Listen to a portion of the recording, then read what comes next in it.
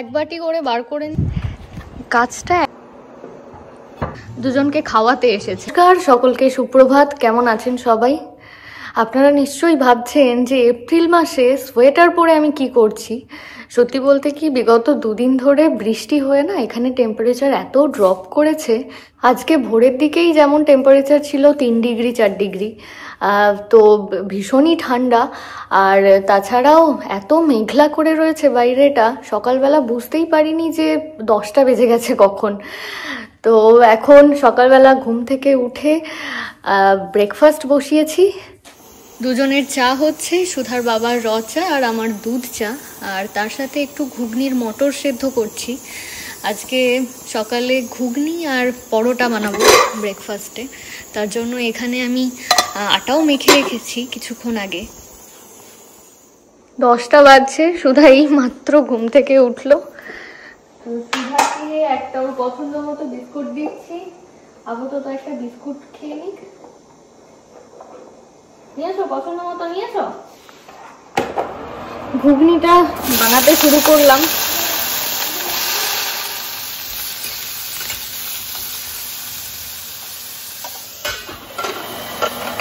মটরটা খুললাম, দেখলাম মটরটা গলে গেছে। তো আমি ভাবছি সুধার জন্য আগে একটা পরোটা করে দেবো। ও টিভি দেখছে আর বিস্কুট খাচ্ছে, কিন্তু খিদে পেলেই এখানে দৌড়ে চলে আসবে। এসব বানাতে বানাতে 11টা তো বাজবেই, আর যখন ব্রেকফাস্ট করে উঠবো তখন দেখবো হয়তো 11:30 পৌনে 12টা বাজছে। তো আজকে আমাদের রবিবারের ব্রেকফাস্ট আর লাঞ্চ একসাথে মিলে হচ্ছে ব্রাঞ্চ। দুপুরে আমার মনে হয় না যে খুব একটা খিদে পাবে। আর আজকে বাইরে যেরকম ওয়েদারের কন্ডিশন, মনে তো হচ্ছে না বাইরে বেরোতে পারবো বলে। সুধা তো গতকালও বাইরে বেরোতে পারেনি, এরকম বৃষ্টি হচ্ছিল, ঠান্ডা ছিল বলে। আর আজও বেরোতে পারবে না, ওর উইকেন্ডটা পুরো জলে গেল। আর আমিও ভাবছিলাম যে উইকেন্ডে সময় করে প্যাকিংটা কমপ্লিট করে রাখবো, কিন্তু এইরকম ওয়েদারে সত্যি কাজ করতেও ইচ্ছে করছে না। মনে হচ্ছে খাওয়া দাওয়া করে বসে বসে টিভি দেখি, নইলে সুধার সাথে একটু টাইম স্পেন্ড করি। পরপর দুদিন বাইরে বেরোতে না পারলেও খুব ক্র্যাঙ্কি হয়ে যায়, তখন টিভি দিয়েও ওকে সন্তুষ্ট রাখা যায় না। তাই বাধ্য হয়ে আমাকে বাড়ির মধ্যেই ওর সাথে দৌড়াদৌড়ি করে খেলতে হয়। আর আরও বেশি ওকে বাইরে নিয়ে যেতে পারছি না, কারণ সামনেই তো বেড়াতে যাব। তাই এই ওয়েদারটা একটু অ্যাভয়েড করছি। শরীর টরীর খারাপ হয়ে গেলে তখন আবার মুশকিলে পড়তে হবে।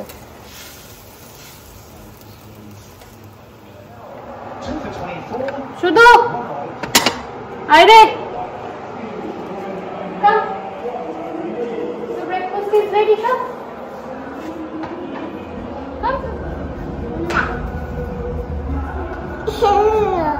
এই তো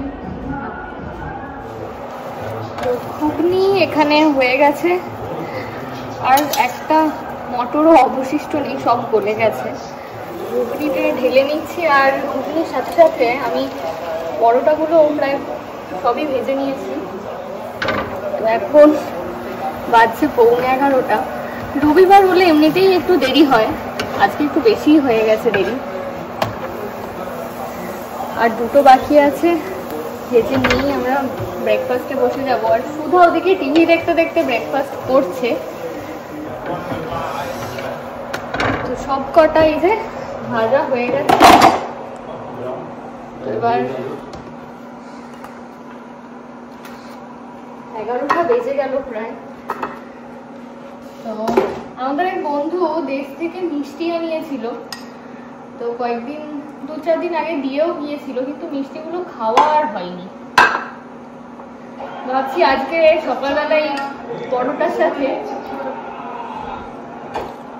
এই মিষ্টিগুলো আমি বার করেছি। এই যে মিষ্টি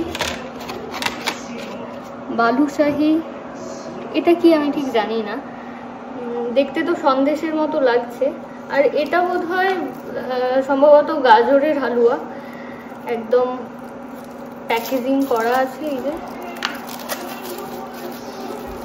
আমি এইটা যেদিন দিয়ে গিয়েছিল সেদিন খেয়েছিলাম একটু, আমার তো তাই মনে হলো, কিন্তু জানি না এটা আদেও গাজরের হালুয়া কিনা। তো একটা নিচ্ছি, আর এই যে একটা মিষ্টি এদিকে। দুজনের দুটো ডিফারেন্ট ডিফারেন্ট, যেটা বেশি ভালো লাগে দুজনে ভাগাভাগি করে নিই। আমাদের ব্রেকফাস্ট হয়ে গেছে। সুধা শেষ মুহূর্তে আমাদের দুজনকে খাওয়াতে এসেছে। ও নিজেও খাচ্ছে আর আমাদেরকেও খাওয়াচ্ছে। চলুন একটু বাইরেটা থেকে ঘুরে আসি। এই যে পরপর দুদিন বৃষ্টি হয়ে ঘাসগুলো দেখুন দারুণ বেড়ে গেছে।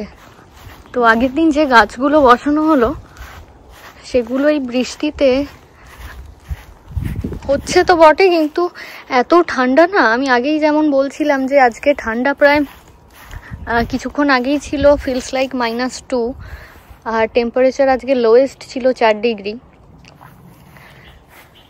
গাছগুলো একটু গরম থাকলে খুব ভালো হতো, কিন্তু গাছগুলো একটু যেন কুঁকড়ে গেছে ঠান্ডার জন্য। এই যে গাছগুলো মনে হচ্ছে যেন সতেজ নেই, এরকম অবস্থা। লেবু গাছটাও এই যে কুঁকড়ে যাচ্ছে ঠান্ডার জন্য। বিনসটা দেখলে বেশি ভালো করে বোঝা যাবে। এই যে দুদিন ধরে বৃষ্টি হলো, নইলে গাছগুলো গরম থাকলে আরো কতটা বেড়ে যেতে পারতো। আজকে একটা হরিণও বাইরে বেরোয়নি, জঙ্গল একেবারে ফাঁকা ঠান্ডার জন্য। আমরা গতকালই ভাবছিলাম যে এই ছোট ছোট কন্টেনারে যে চারা গাছগুলো রয়েছে সেগুলো গ্যারেজে রেখে আসবো, কিন্তু আর খেয়াল ছিল না, যার জন্য রাখা হয়নি। কি জানি এগুলো পরে আর বাঁচবে কিনা গাছগুলো। তবে এই মিন্ট আর জুঁই গাছটা সত্যিই খুব ভালোভাবে হচ্ছে। ঠান্ডা থাকলেও এই গাছগুলোয় কোনো সেভাবে এফেক্ট করেনি। এখন 12টা বেজে গেছে, তো আমরা ভাবছি লাঞ্চের জন্য আজকে কিছু লাইট বানাবো, কারণ ব্রেকফাস্ট খুব হেভি হয়ে গেছে। তো বানাবো বলতে এই যে ফ্রোজেন ঢেঁড়স উচ্ছে রেখেছিলাম, সেগুলো মাঝে মধ্যেই বানাই। তাই ভাবছি আজকে একটু ঢেঁড়স আর উচ্ছে ভাজা করবো। তার সাথে এই যে ওল কিনে এনেছিলাম কয়েকদিন আগে, শুধু একটু বড়। Can you close it? খুব ঠান্ডা। Thank you, thank you. আর ওল সাথে করবো, আর তার সাথে বানাবো একটু ডিম সেদ্ধ। বাস এটাই আজকে আমাদের লাঞ্চ। তো এই যে এইভাবে বিক্রি হয়, দেখুন টুকরো টুকরো করে কেটে ছাড়ানো আছে, আমাকে আর আলাদা করে ছাড়াতে হবে না। ফ্রোজেন আছে বলে এই যে বরফ জমে গেছে গায়েতে। তো এটাই ভাতের সাথে ভাবছি সেদ্ধ করবো না, কারণ ভাতের রংটা চেঞ্জ হয়ে যায়, তাই এটা আলাদা করে সেদ্ধ করব। আর এখানে এই যে 3-4টে করে জিপলকে ভরে ভরে রেখেছিলাম। এই দুটো জাস্ট জিপলক বেঁচে রয়েছে, বাদবাকি আমরা সব রান্না করে নিয়েছি। আর গাছ তো আর 2 মাসের মধ্যে আমার মনে হয় বড়ও হয়ে যাবে, আর আমরা আগের বছরের মতো এবছরেও প্রচুর পরিমাণে নিশ্চয়ই সবজি বাগানেই পেয়ে যাব। 1 বাটি করে বার করে নিয়েছি। এগুলো আর ধোবো না, কারণ যখন ফ্রোজেন করে রাখি তখনই তো ভালো করে ধুয়ে শুকনো করে রেখেছিলাম, এগুলো আর ধোবো না। তাই ঢেঁড়স আর উচ্ছেটা একটু নর্মাল টেম্পারেচারে চলে এলে নুন হলুদ মাখিয়ে ভেজে নেব। আর ওলটা নর্মাল টেম্পারেচারে আসার দরকার নেই, এটা প্রেসার কুকারে 2-3টে স্টিম দিয়ে নিলেই আমার মনে হয় সেদ্ধ হয়ে যাবে, কারণ এর আগেও 2-1 বার আমি বানিয়েছি। তো প্রেসার কুকারে স্টিম না দিয়ে নিলে এমনি নর্মাল ফোটাতে অনেকক্ষণ সময় লাগে, প্রায় 40 মিনিট মতো লেগে যায় ঠিকঠাক ভাবে সেদ্ধ হতে। তাই ভাবছি প্রেসার কুকারে 2টো স্টিম দিয়ে নেব। আর এখানে আমি ভাত বসিয়ে দিয়েছি, জল ফুটছে, এবার আমি চালটা ধুয়ে দিয়ে দেব। আগের দিন ফ্রন্টিয়ারে দেখলাম গোলাপ গাছগুলোতে প্রত্যেকটাতেই প্রায় ফুল হয়েছে। তো চলুন একবার দেখিয়ে নিয়ে আসি। বাইরে দারুণ ঠান্ডা হাওয়া দিচ্ছে। এই যে গাছটা একেবারে ফুলে ভরে গেছে। জবা ফুল হয়েছিল, কিন্তু এই যে শুকিয়ে গেছে। আরও কুঁড়ি আছে বেশ কিছু, এগুলো হতে এখনো সপ্তাহখানেক লাগবে। আর এই যে মাঝের ফুলটা বলছিলাম না, খুব সুন্দর কালারটা, এই যে খুব সুন্দর না দেখতে, রংটাও খুব সুন্দর আর ফুলটা হচ্ছেও খুব ভালো। আর এই দিকের গাছটায় আগের দিন ফুল হয়েছিল ওই একটাই এখনো, আর প্রচুর কুঁড়ি আছে গাছটার মধ্যে। এই যে প্রচুর কুঁড়ি হয়েছে, একটাই গোলাপ ফুটে আছে এখনো। এরকম গোলাপ গাছ আমি অনেকের বাড়ির সামনে দেখেছি। ওই যে ওইদিকে দেখুন, আমাদের একটা বাড়ি পরেই একটা রয়েছে গোলাপ গাছ বাড়ির সামনেই। আর আমাদের বাড়ির সামনেই যে বাড়িটা রয়েছে দেখুন রাস্তার ওই পিঠে, ওদের বাড়িতেও গোলাপ গাছ আছে। আর প্রত্যেকটা গাছ একদম ফুলে ভরে গেছে। রাস্তা দিয়ে গেলে দেখেছি আমি প্রত্যেকেরই প্রায় বাড়ির সামনে গোলাপ গাছ আছেই। বাইরে এখন টেম্পারেচার 9 ডিগ্রি, কিন্তু ফিলস লাইক 0 ডিগ্রি, তো খুব ঠান্ডা। আমি ফ্রন্ট ইয়ার্ডে বেরিয়েছি দেখে ও গেটের সামনে আমার জন্য অপেক্ষা করছে।